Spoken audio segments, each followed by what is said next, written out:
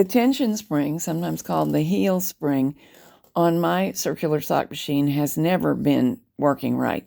Up to now, the socks you've seen me making in my video, I have been removing the slack from the yarn by hand because of the tension spring being unable to do so when I made the heels and toes. So this movie is about what Jack is doing to make it work for me. All right, I think there's enough spring to this.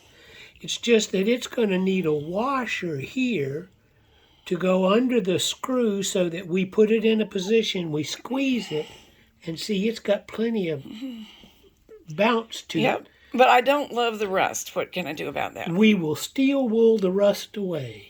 Here are some looks at the new assembly from several angles so that you can understand what Jack is about to tell you.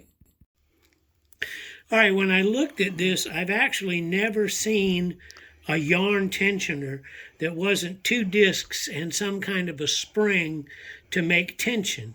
So when I looked at just the spring over underneath the head of a screw, I had to come up with a different way to contain this spring. Now, what we did was prime it and paint it, so now it's black like it's supposed to be, and then we've added these other pieces of hardware to trap the spring. This is actually a clothespin from our sock hanger. And so I put the spring between the squeeze handles of this clothespin. Then I used a frame washer to compress it while I started the screw. Now the screw is pulled in tight, but now something is trapping this spring so it can't just move around. It must stay in the position that we put it in. It was flopping freely, which did me less than no good. And now, see, it'll go down and come right back up, which is what we want of a tensioner. Let's take a quick look at the threading.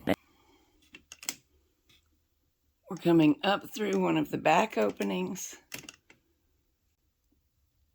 across to here,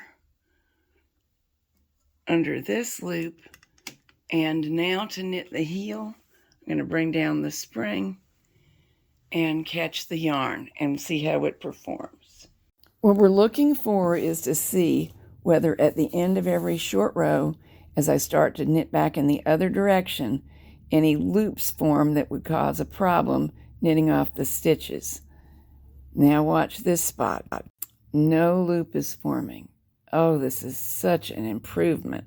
I am so accustomed to putting out my hand to take up those loops of yarn, I find myself doing it without realizing it, and I have to stop myself because it's no longer necessary. Look at this thing go. Of course, I've sped up the movie. I don't really knit this fast, but even so, it saves a lot of time and aggravation. Plus, I can keep my hand out of your way so you can see what's going on better. And here's the sock I was just knitting.